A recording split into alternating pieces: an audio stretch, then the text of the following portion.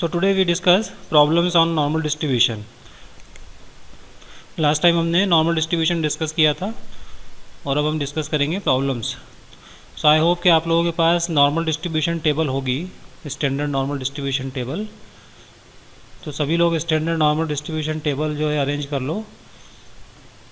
Okay, so normal distribution पर हम problems discuss करेंगे कुछ. So let's begin. So look at the first problem. Here z is a standard normal variate.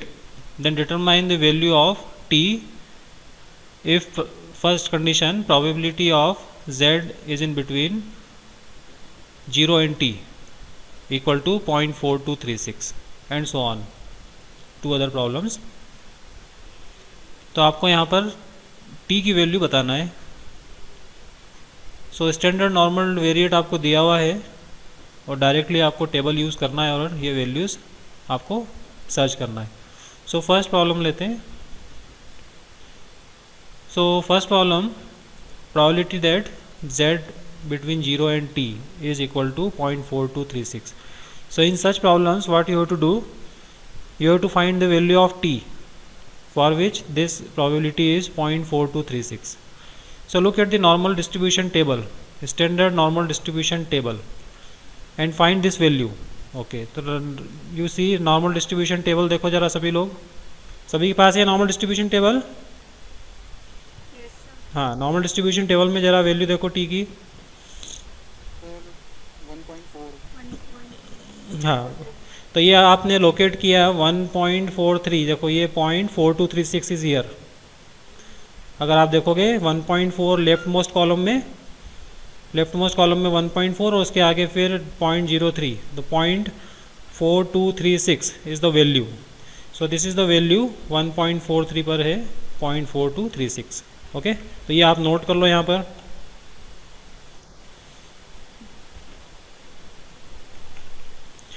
So this implies t equal to 1.43. So we have probability that z is in between 1.43, 0 and 1.43 as 0.4236. Got it? तो ये value आपने table से find की है और यह value आई है 1.43. ये समझ में आई. Now next problem, probability that z less than or equal to t is equal to 0.7967. Find the value of t. So first of all you look at, ये जो आपको दिखाई दे रहा है z less than or equal to t. So z less than or equal to t का meaning है minus infinity. This could be like this, probability that z from minus infinity to t. Okay, so ये वाला area आपको देखना है. ये क्या दिया हुआ है 0.7967. So you have to decide where is t. T कहाँ पर है आपको डिसाइड करना पड़ेगा. सो अगर आपने ये देखो इस तरह के जो केसेस हैं, इन केसेस में आपको टी किस और है डिसाइड करना पड़ेगा. पॉजिटिव है, नेगेटिव है टी, इट डिपेंड्स. सो अगर टी यहाँ पर होता है, सपोज अगर ये टी अगर यहाँ है सपोज, एंड तो ये एरिया क्या होगा या प्रोबेबिलिटी क्या होगी, ये वाली. Okay, so if t is negative then this will be the area or this will be the probability, but in that case this should be less than 0.5 क्योंकि ये टोटल जो लेफ्ट हैंड साइड का area है वो 0.5 है इतना. तो ये वाला एरिया 0.5 से कम होना चाहिए. तो इसीलिए यहाँ पर अगर t की वैल्यू आप देखोगे तो t can not be less than 0, कि t can not be negative, क्योंकि ये जो पॉइंट दिखाई दे रहा है एरिया ये 0.7969 है.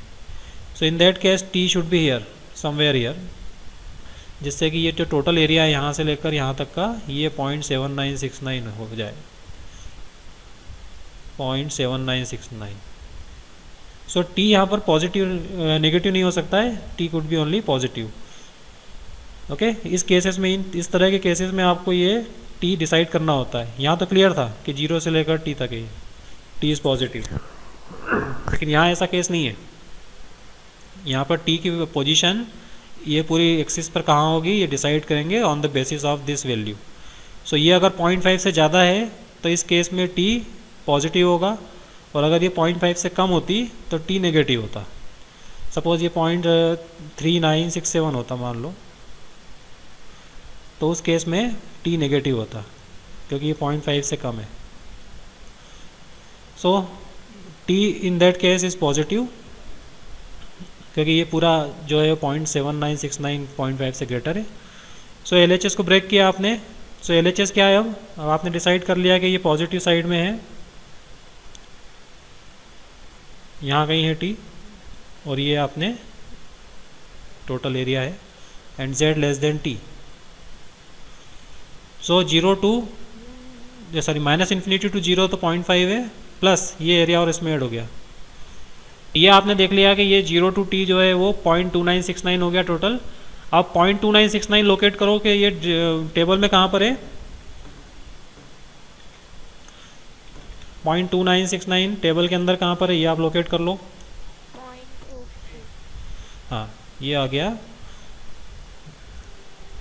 हाँ 0.832967। तो अगर आप देखोगे कि ये 0.83 पर है, 0.2967 सभी के पास टेबल है। 0.2967 इज एट 0.83, तो ये आप नोट कर लो, t is 0.83। Okay, so probability that z between z less than 0.83 is equal to 0.7967। तो ये आपको इस तरह से स्केच करके, कई बार कन्फ्यूज़न होता है तो स्केच करके देख सकते हो आप। तो यहाँ पर ये 0.83 हो गया। सो 0.83 से कम जितना भी एरिया है ये z लेस देन 0.83, ठीक है, ये 0.7969 होगा। Now in the third case what should be t? In third case also you have to look at this probability। ये जो वैल्यू दी हुई है दिस इज 0.100। सो 0.100 जो वैल्यू दी हुई है इससे डिसाइड हो जाएगा कि t कहाँ पर हो सकता है। तो यहाँ पर आप अगर स्केच करके देखोगे, अगर 2 तो क्लियर है कि यहाँ पर कहीं है 2। अब अगर t नेगेटिव हो मान लो तो क्या होगा, अगर t यहाँ पर कहीं होता तो क्या होता, टी को कहीं भी हो सकता है, पर टी अगर हम नेगेटिव साइड लेंगे तो आपको मालूम है कि probability that z between 0 and 2, यही आपके पास 0.4772 है। टेबल में देखो ज़रा, ये प्रोबेबिलिटी अलोन इज़ 0.4772। तो अगर t नेगेटिव होगा तो ये प्रोबेबिलिटी और ऐड हो जाएगी इसमें। सो t can not be negative, t should be here somewhere here because of this small probability. Okay, क्योंकि 0 से लेकर 2 तक का ही प्रोबेबिलिटी है 0.772, या एरिया 0.4772 है, तो t क्या है 2 के आसपास ही कहीं होना चाहिए। सो फ्रॉम द टेबल देखो जरा t कहाँ पर है, t इज़ पॉजिटिव, ये वाला एरिया, ये t एंड 2। सो 0 से लेकर 2 तक का एरिया आपको पता है, और 0 से लेकर t तक का उसमें से माइनस करना है। सो 0 to 2 and minus probability that z between 0 and t, तो ये ऐसा आएगा एरिया। अभी इसको आपको यहाँ से फाइंड करना है, ये वैल्यू एक्चुअली चेक करना है 0.3772। सो 0.3772 कहाँ पर लोकेट करो टेबल के अंदर, 0.3772। एक मिनट देखते हैं अपन, एक मिनट, हाँ 0.3770, ठीक है। तो 0.3770 is more close to this value, 0.3772 से ज़्यादा क्लोज है ये। इसके आगे 0.3790, ठीक है। तो 0.3772 के पास में कौन सी है, 0.3770 which is eight 1.16।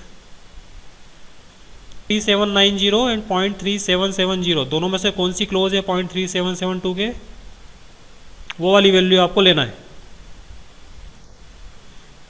1.16। So t is 1.16, ठीक है, क्योंकि एक जगह पर वैल्यू है 0.3770 और दूसरे पर है 0.3790, 90 है क्या, 89 90। अब तो इन दोनों में से इसके पास कौन सी है 0.3772 के न्यूमेरिकली 1.16 पर, ये वाली value, this is close to 0.3। तो यहाँ पर t 1.16। सो ये आपको प्रोसीजर समझ में आई। जब भी आपको एरिया फाइंड करना हो टेबल में से तो आपको इस तरह से फाइंड करना है। सो यहाँ पर ये स्टैंडर्ड नॉर्मल वेरिएट दिया था, this is standard normal variate. उसके केस में डायरेक्ट आप टेबल यूज़ कर सकते हो। यहाँ पर कोई डाउट है किसी को? आगे और प्रॉब्लम आएगी तो हम देखेंगे। और now look at this problem. If x is a normal variate with mean 11 and standard deviation 1.5, find the number a such that probability that x greater than a equal to 0.09। अब यहाँ पर आपको जो वेरिएट दिया है वो normal variate दिया है, it is not standard normal variate. तो ये नॉर्मल वेरिएट को सबसे पहले आप स्टैंडर्ड नॉर्मल वेरिएट में कन्वर्ट करते हो और उसके बाद आप फाइंड करते हो, ठीक है। सो ये probability that x greater than a is 0.09, इसको अगर स्टैंडर्ड नॉर्मल में कन्वर्ट करेंगे तो क्या आएगा, x minus mu by sigma greater than a minus mu by sigma equal to 0.09। So अब आपके पास में ये आएगा probability that z greater than a minus mu by sigma 0.9, और you can write it as probability that z greater than t। अभी हमने पीछे प्रॉब्लम सॉल्व की थी इस तरह की। So t equal to a minus mu by sigma, ये हमने ले ली। सो अभी आपको यहाँ t की वैल्यू फाइंड करना है, और जो t आएगा उसके अकॉर्डिंग उससे म्यू और सिग्मा की वैल्यू जो दी हुई है उससे आप फाइंड करके a फाइंड कर सकते हो। ये so what is this value of t? अगर आप देखोगे तो t की वैल्यू क्या है। सो अभी आप इसको अगर सिस्टमेटिकली लिखो तो यहाँ पर ये नॉर्मल वेरिएट दिया हुआ है, अभी ये this is normal variate. So convert it into standard normal variate. इसको मैंने अगर t ले लिया तो अब बताओ t पॉजिटिव है या नेगेटिव है? वाई? अगर t यहाँ पर हो तो क्या प्रॉब्लम हो जाएगी? हाँ, तो ये जो प्रोबेबिलिटी है 0.09, इसमें 0.5 और ऐड होता है, तो अभी ये यहाँ पर केस तो है नहीं ये वाला, इसलिए t can not be negative, के t पॉजिटिव होगा इस केस में, यहाँ कहीं होगा t। So that this area is 0.09 जो दिया हुआ है। So in that case t should be positive, t greater than 0 हो जाएगा। ओके, अब आप फाइंड कर लो, t ग्रेटर देन 0 है। So how to find this probability? z greater than t when t is positive, तो ये हो जाता है 0.5 minus probability that z is between 0 and t। ठीक है, ये आपको फाइंड करना है एरिया, ये वाला। तो 0.5 ये टोटल है, 0.5 में से 0 से लेकर यहाँ तक का एरिया माइनस कर दो, 0 से लेकर t तक का, तो ये एरिया हमने माइनस कर दिया। Now this is the situation, now find t। सो 0.41 कहाँ पर है, लोकेट करो टेबल के अंदर। 0.41 जहाँ भी है वो देखो, है डायरेक्ट 0.41, किस किस के बीच में है जल्दी बताओ। 0.41 4 1 किस पर है? ये है 1.35 पे। चलिए, और दूसरी वैल्यू? हाँ 1. और 1.4131 और 1.34 पे कितनी है? 0.40। हाँ, अब 0.41 के पास में कौन सी वाली वैल्यू है? दिस इज, इसमें 0.001 का ही डिफरेंस है। अगर आप देखोगे इसको 4 डेसिमल तक लिखो, 4100 एंड 0.4099, इन दोनों का डिफरेंस कितना है? ये तो 0.001 का है 4 डेसिमल में, ज़्यादा डिफरेंस नहीं है, इनका ज़्यादा है। इसलिए ये वाली वैल्यू ज़्यादा क्लोज है कौन सी 1.34 पे। तो ये आपको डिसाइड करना है न्यूमेरिकली कौन सी वैल्यू उसके बिल्कुल क्लोज है, ठीक है, वो वैल्यू आपको लेना है। सो 1.34 रखा हमने तो ये हो गया 13.01। तो आपका जो ओरिजिनल प्रॉब्लम क्या थी, ओरिजिनल प्रॉब्लम ये थी 13.01 इज़ 0.09। तो ओरिजिनल प्रॉब्लम ये थी, इसमें आपने ए फाइंड किया तो आपको मिला 13.0901। तो ये समझ में आया? यहाँ तक डाउट है कुछ? बस इसी तरह से आपको ये नॉर्मल वेरिएट से स्टैंडर्ड नॉर्मल वेरिएट में जाके काम करते आना चाहिए, ठीक है। नॉर्मल वेरिएट की डायरेक्ट टेबल नहीं है हमारे पास, स्टैंडर्ड नॉर्मल की टेबल है। चलिए एक और प्रॉब्लम देखते हैं। Again you are given normal distribution, 7% of the items are under 35 and 89% are under 63। Find the mean and the standard deviation of the distribution. Mean and standard deviation आपको मालूम करना है नॉर्मल वेरिएट का। So what is given? सबसे पहले x normal variate है आपके पास में, then what is given? X less than 35 is 0.07, 7% दिया है तो प्रोबेबिलिटी में हो जाएगा 0.07। एक ये दिया हुआ है and probability that x less then 63 is 0.89। बस ये दो कंडीशन से आपको sigma and mu and sigma find करना है, mean and standard deviation. X is normal variate, so how to proceed? Suppose x be normal variate with mean mu and standard deviation sigma, then this is given. Now convert them one by one into standard normal variate. So first वाला अगर हम देखेंगे ये, so इसको हमने convert किया x minus mu by sigma, 35 minus mu by sigma equal to 0.07। Okay, this will become z, this is z, and if you can take it as t1 और z1 whatever। Second वाली जो condition है उससे क्या मिलेगा आपको? ये वाली इक्वेशन मिलेगी। Now you have to solve these two. अब आपको फाइंड करना है। सो फर्स्ट वाले को हमने z1 ले लिया, इसको z1 ले लेते हैं। This is z1 and this is z2। Now find values of z1 and z2। If you could find values of z1 and z2, then you can find sigma and mu. So look at this first. What should be z? Z positive है या negative है? सबसे पहले बताओ। z positive, z1 positive है? हाँ, think again, क्योंकि ये देखो पॉजिटिव लेता हूँ मैं यहाँ z1 अगर पॉजिटिव ले लिया तो ये प्रॉब्लम होगी। 0.5 से ज़्यादा होना चाहिए ना ये, but it is given 0.07। So z1 first case में यहाँ नहीं हो सकता है, z1 यहाँ पर होगा नेगेटिव साइड। तो फर्स्ट वाले केस में अगर कोई कंफ्यूजन है तो उसको स्केच कर लो, ये z1 यहाँ होगा कहीं, ठीक है, फर्स्ट केस। तो यहाँ से मालूम पड़ा कि z1 नेगेटिव है। चलो ये फर्स्ट वाली का हमने डिसाइड कर लिया। अब सेकंड वाले में बताओ z2 क्या है, पॉजिटिव है या नेगेटिव है? अब हाँ, z2 तो पॉजिटिव है क्योंकि z2 आपको दिया है 0.89, प्रोबेबिलिटी दैट z लेग, तो यहाँ पर कहीं होगा z2, तभी ये 0.89 हो रहा है, 0.5 प्लस 0.39 समथिंग। सो हमने डिसाइड कर लिया z1 negative, z2 positive. Okay, now find z1 z2 by using table. So table से अगर आप देखोगे तो z1 की वैल्यू क्या आ रही है वो देखो। कैसे फाइंड करते हैं हम इसमें, ऐसे केस में यहाँ कहीं z1 है, सपोज z1, ठीक है।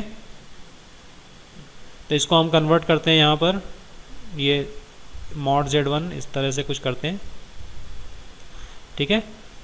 ये वाला एरिया चाहिए तो 0.5 minus probability that z between 0 and mod z1। इस एरिया को इधर हम प्रोजेक्ट कर लेते हैं और इस तरह से फाइंड करते हैं, बिकॉज ये एरिया आपके पास में टेबल में है, डायरेक्ट ये नहीं मिलेगा आपको टेबल के अंदर।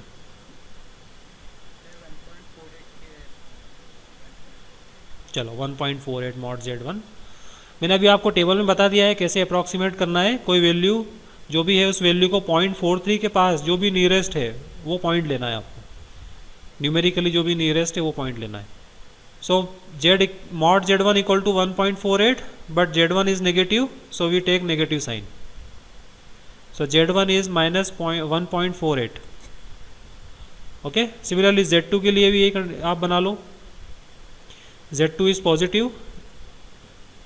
ओके, तो ये सिचुएशन कैसी है, z2 अगर पॉजिटिव है तो ये राइट हैंड साइड में, ये z2 यहाँ है कहीं, और ये एरिया आपको दिया हुआ है 0.89।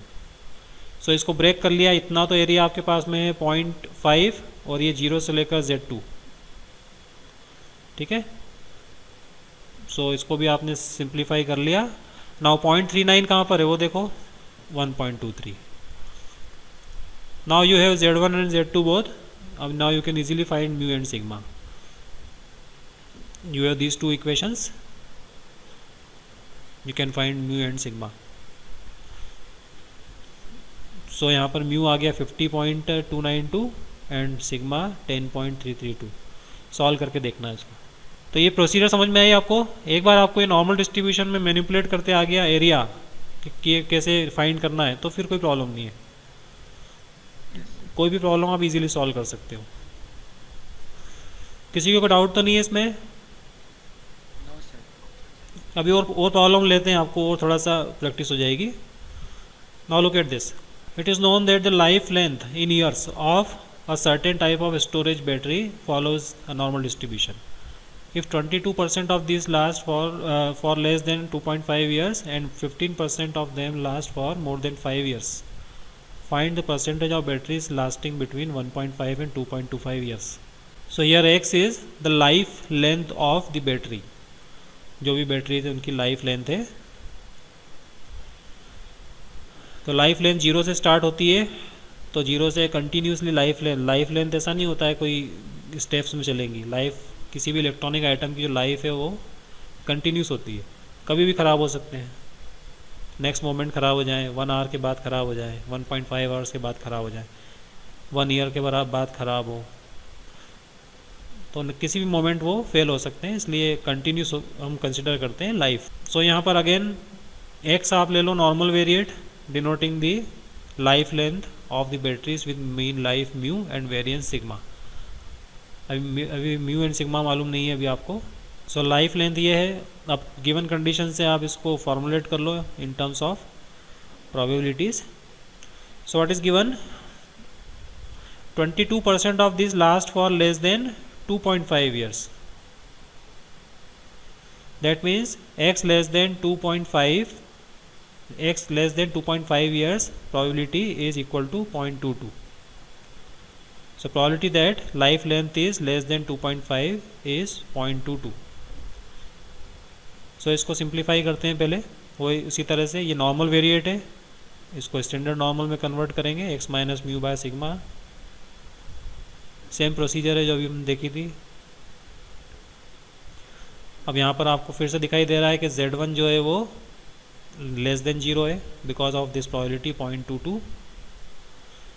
ठीक है, कभी कोई एरिया समझ में नहीं आया तो उसको आप स्केच कर सकते हो। स्केच करके रफ में कहीं देख लो कि ये एरिया क्या होना चाहिए, z1 कहाँ होना चाहिए। सो z1 अगर यहाँ होगा तभी हो पाएगा ये 0.22, अगर यहाँ होता z1 तो 0.5 से ज़्यादा होता। So this can not B z1 यही होगा। Now you can easily find this. इसको आपने राइट हैंड साइड पे प्रोजेक्ट कर लिया एरिया को। सो अभी आपके पास में ये एरिया आपको फाइंड करना है z1। इसको राइट हैंड साइड में प्रोजेक्ट कर लिया हमने, mod z1। So 0.5 minus area from 0 to mod z1, this is 0.28। Now what is the value of z1? Table में देखो, मॉड z 0.77। आप देखो 0.77 पर 0.28 है, तो mod z1 equal to 0.77। So z1 minus 0.77 because of this condition.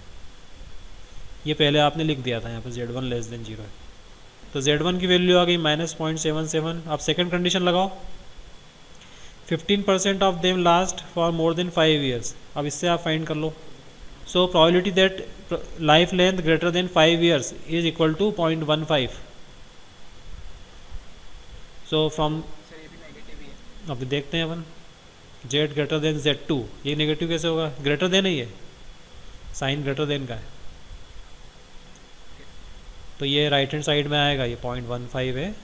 इधर होगा तो क्या प्रॉब्लम हो जाएगी? Z2 अगर यहाँ होता तो 0.5, हाँ 0.5 से बड़ा हो जाता है एरिया, जो कि दिया नहीं है, 0.15 दिया हुआ है। सो इस तरह से आप डिसाइड कर सकते हो। कोई कन्फ्यूज़न हो तो आप स्केच कर लो, बेटर है कि आप स्केच करो एरिया को, तो आपको बहुत क्लियरली मालूम पड़ जाएगा। And by usual method right hand side का एरिया चाहिए आपको टेल का, तो 0.5 माइनस 0 टू Z2, और ये आपको पता चल जाएगा कितना है, 0.35। सो व्हाट इज Z2? 1.04। टेबल के अंदर आपको ये देखना है, पूरी टेबल के अंदर 0.35 कहाँ पर है, या कौन सी वैल्यू 0.35 के बिल्कुल क्लोज है, उस पॉइंट को लेना है आपको। ठीक है, तो 0.35 देखो ये कहाँ पर होगा, ये इधर पॉइंट ऑफ इंटरसेक्शन पे है। ये 1.0 तो यहाँ पर है, 1.0, और ये 4 यहाँ पर, तो इसके इंटरसेक्शन पे होगा ये इसके आसपास कहीं होगा ये टेबल के अंदर। सो ये दोनों इक्वेशन को सॉल्व कर लो, you will find mu and sigma. एक तो इक्वेशन हमने पहले फाइंड की थी 2.5 minus mu by sigma equal to -0.77 Z1 की वैल्यू लेकर, और ये Z2 की वैल्यू लेकर सेकेंड वाली इक्वेशन है 5 माइनस म्यू बाय सिग्मा। तो इसको एंड म्यू एंड सिग्मा को यूज़ करके अब जो डिज़ायर्ड है, डिज़ायर्ड क्या है? Find the percentage of batteries having life length between 1.5 years and 2.25 years. इसका मीनिंग क्या है? Probability that life length is between 1.5 years and 2.25 years. तो ये आपको फाइंड करना है प्रोबेबिलिटी कितनी है। सो इसको भी आपने कन्वर्ट कर लिया नॉर्मल वेरिएट को स्टैंडर्ड नॉर्मल वेरिएट में। नाउ लुक एट दिस, ये दोनों ही नेगेटिव हैं। ठीक है, तो ये वाला जो एरिया है वो कितना है? नेगेटिव साइड पर दोनों। ये हो गया -1.49 से लेकर 0.95 तक, 95 ये एरिया है। इसको राइट हैंड साइड में प्रोजेक्ट कर लो, ये राइट हैंड साइड में आ गया ये, तो ये 0.95 से लेकर तो 1.49 तक रहेगा राइट हैंड साइड में। तो this area is same as this area. और ये कैसे फाइंड करते हैं हम Z1 Z2 के बीच का एरिया? 0 से लेकर 1.49 का एरिया है जो टेबल में दिया हुआ है, फिर 0 से लेकर 0.95 तक का एरिया माइनस कर देंगे उसमें। So this will come out as 0.10। ये आप देख सकते हो जी टेबल में 0 से लेकर 1.49 तक का एरिया जो है वो 0.43 है from standard normal table. 0 to 0.95 आप टेबल में देखोगे 0.33 है। तो 10% बैटरीज ऐसी है जिनकी लाइफ लेंथ जो है वो 1.5 से 2.25 ईयर्स के बीच में है। So almost 10% of the batteries last between 1.5 and 2.25 years. ये समझ में आया? सिचुएशन समझ में आई है किस तरह से नॉर्मल डिस्ट्रीब्यूशन लगता है? चलिए एक और प्रॉब्लम लेते हैं। अब ये प्रॉब्लम देखो, read the problem. In an engineering examination a student is considered to have failed, secured second class, first class and distinction according as the score is less than 45%, between 45 and 60%, between 60 and 75% and above 75% respectively. In a particular year, 10% of the students failed in the examination and 5% got distinction. Assuming the normal distribution of the marks, find the percentage of students who got first class and second class. So अब यहाँ पर problem वैसी है जैसी last वाली problem थी। So assume that x be the marks of the students, x is normal variate, again mu and sigma find करना है आपको। सो गिवन क्या है? फर्स्ट कंडीशन से 10% of the students failed in the examination. So probability that x less than 45, fail कब होता है जब उसके मार्क्स 45% से कम आते हैं, ये दिया हुआ है. So x less than 45 equal to 0.10. और डिस्टिंक्शन कब आती है उसको, 5% को डिस्टिंक्शन आई when he scores less than 75, greater than 75. So 0.05. बस ये दो इक्वेशन है, इससे म्यू एंड सिग्मा फाइंड कर लो एज यूजुअल जैसे हम कर रहे थे. So from year normal variate को स्टैंडर्ड नॉर्मल में कन्वर्ट किया हमने. एज यूजुअल z फाइंड करना है, z लेस देन 0. कैसे हुआ ये मैंने एक्सप्लेन कर दिया है. बिकॉज ऑफ दिस ये 0.10 है, सो यहाँ z1 नेगेटिव है.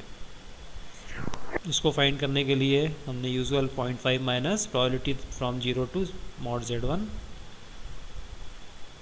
सो फ्रॉम द टेबल, अगर आप टेबल से देखोगे तो ये -1.28 आएगा. इस वैल्यू को जरा देखो टेबल में. All of you please see this value. z1 की वैल्यू -1.28 कैसे आई वो देखो.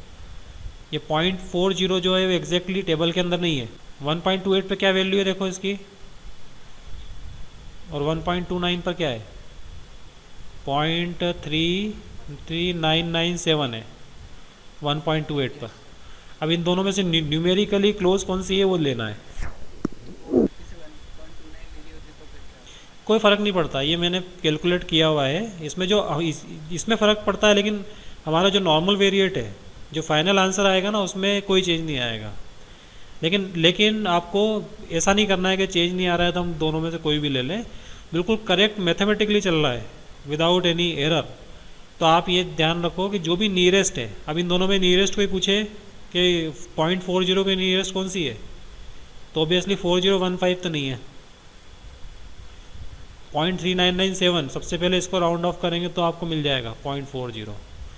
तो z1 की वैल्यू -1.28 आ गई. अब यहाँ प्रोबेबिलिटी x ग्रेटर देन 75, तो ये भी आपने कन्वर्ट किया ना स्टैंडर्ड नॉर्मल वेरिएट में, and you find that z2 is positive. ये क्लियर है z2 पॉजिटिव क्यों है, क्योंकि ये एरिया जो है बहुत स्मॉल, यहाँ पर कहीं एरिया ये. Again using the usual trick 0.5 minus 0 to z2. अब z2 की वैल्यू आप देख लो, 0.45 है क्या, कहाँ पर है, 1.64. So mu and sigma again you can find 58.15, 10.27. Sigma use करते हो ये, तो आपके पास में अब आपको फाइंड करना है कि ये सेकेंड क्लास जो है वो कितने स्टूडेंट हैं. तो अगेन इसको आपने कन्वर्ट कर लिया यूजिंग स्टैंडर्ड नॉर्मल वेरिएट. तो ये कैसे करना है ये आपको पता है, टेबल से आप फाइंड कर सकते हो वैल्यू. एंड सिमिलरली 45 से 60 सेकेंड क्लास कितने हैं वो आपको बता दिए. ये शायद फर्स्ट क्लास है, 60 to 75 फर्स्ट क्लास वाले हैं, ये सेकंड क्लास वाले हैं. सो 0.38 आ गया है. फर्स्ट क्लास स्टूडेंट कितने हैं वो 38% है. सेकंड क्लास कितने हैं वो अभी यहाँ से मालूम पड़ जाएगा आपको, 47. So first class and second class students हैं 38% एंड 47% रेस्पेक्टिव. अब एक प्रॉब्लम लेते हैं. Look at this problem. So entry to a certain university is determined by a national test. The scores on this test are normally distributed with mean of 530 and standard deviation of 100. A student wants to be admitted to this university and she knows that she must score better than at least 70% of the students who took the test. She takes the test and scores 585. Will she be admitted to this university? तो उसका जो score है 585 वो उसको admission के लिए काफ़ी है या नहीं ये बताना है आपको. मीन आपको दिया है 530, standard deviation 100. So again X आपने लिया है normal variate denoting the marks obtained in the test. X आपने ले लिया है marks obtained in the test. Then mean of X क्या दिया है 530, स्टैंडर्ड डेविएशन सिग्मा दिया है 100. ठीक है. Then next follows a normal distribution because it is given. ठीक है, ये म्यू सिग्मा स्क्वायर वाली नोटेशन है, ये म्यू सिग्मा स्क्वायर मैंने आपको बताया था। अब आपको पासिंग मार्क्स बताने हैं, तो let A be the marks above which there are 30% students, क्योंकि उसके मार्क्स ऐसे होने चाहिए जो इन 30% स्टूडेंट्स में आ जाए। पासिंग मार्क्स क्या है, ये 30% स्टूडेंट्स जो हैं वो एडमिशन के लिए एलिजिबल हैं, जिनके मार्क्स ए से ज़्यादा आते हैं, पासिंग मार्क्स से ज़्यादा या कट ऑफ से ज़्यादा आते हैं। एक्चुअली आपको कट ऑफ मालूम करना है यहाँ पर कि कट ऑफ मार्क्स क्या है। 585 तो इसने स्कोर किया है, अब वो 585 कट ऑफ मार्क्स से ज़्यादा है या कम है, ये आपको पता करना है। Now look at this condition, probability that x greater than a is the marks above which there are 30% students. तो इसके ऊपर 30% या उससे ज़्यादा स्टूडेंट्स हैं, एटलीस्ट 70% से ज़्यादा उसको स्कोर करना है। तो फाइंड द वैल्यू ऑफ ए। सो यहाँ पर ऐसे स्टूडेंट्स जिनके मार्क्स कट ऑफ से ज़्यादा हैं वो 30% है, ऐसा भी आप ले सकते हो। सो एक्स जो है मार्क्स कट ऑफ से ज़्यादा है, ऐसे 30% स्टूडेंट का एडमिशन हुआ है। 70% तो जो उससे नीचे ही है, कट ऑफ से नीचे। सो आप इक्वल लेके भी काम कर सकते हो, यहाँ ग्रेटर देन लेना जरूर नहीं है। तो व्हाट अबाउट दिस 0.30 सर्च करो टेबल के अंदर, z greater than t equal to 0.30। अभी पहले तो इसको 0.30 दिया है, तो इसको इस तरह से करना पड़ेगा, लाइक दिस। ये 0.30 कुछ एरिया दिया हुआ है ऐसा। So because of this t should be positive. So 0 to t find कर लो एरिया टेबल से, और 0.5 में से माइनस कर दो। सो probability that z between 0 and t is 0.52। सो ये 0.52 जो आ गई वैल्यू है t की, ठीक है। अब आपका कट ऑफ मार्क्स कितने हैं वो फाइंड करना है, वो इससे आएगा। यहाँ t की वैल्यू सब्स्टिट्यूट कर दो, then you will find a। So A जो है कट ऑफ या पासिंग मार्क्स या जो भी बोल सकते हैं, जिसके ऊपर 30% स्टूडेंट्स हैं, मतलब 70% स्टूडेंट से बेटर है। 70% स्टूडेंट इसके नीचे हैं 582 के। सो उसके मार्क्स कितने आए थे 585। She scored 585 and cut off marks जो है वो 582 है, तो वो बेटर है 70% स्टूडेंट से। So yes she will be admitted to the university. चलिए एक लास्ट प्रॉब्लम और देख लो जल्दी से, लास्ट वाली प्रॉब्लम। सो यार there are two types of devices, A and B have normal distributions. First का जो मीन है 44 है एंड वेरिएंस 36 है। सेकंड वाली डिवाइस का मीन 45 है एंड वेरिएंस 9 है, ठीक है, इनकी लाइफ लेंथ का। तो ये दो डिवाइसेस हैं ए एंड बी, जिनकी लाइफ लेंथ दी हुई है, आपको मीन दिया है और वेरिएंस दिया हुआ है।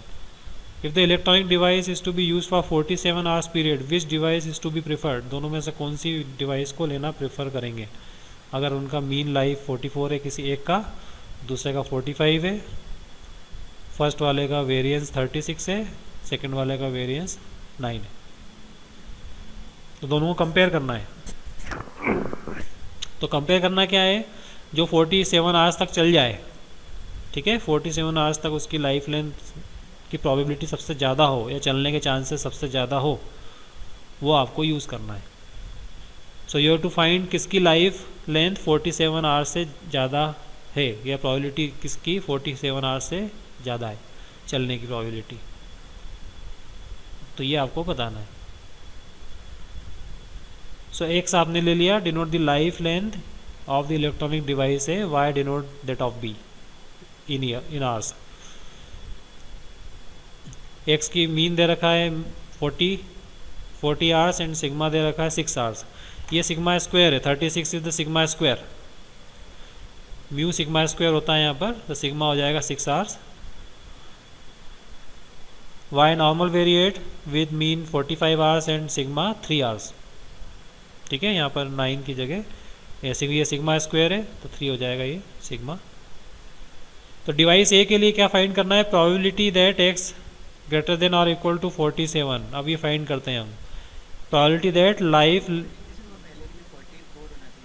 कौन सा पहला वाला ये, अच्छा 44 दिया, दिस इज 44 आई थिंक, 44 है, 40 नहीं है 44, टाइप हो 44, ठीक है। अब यहाँ देखो कैलकुलेशन किससे की हुई है उसके अकॉर्डिंग हम देख लेंगे।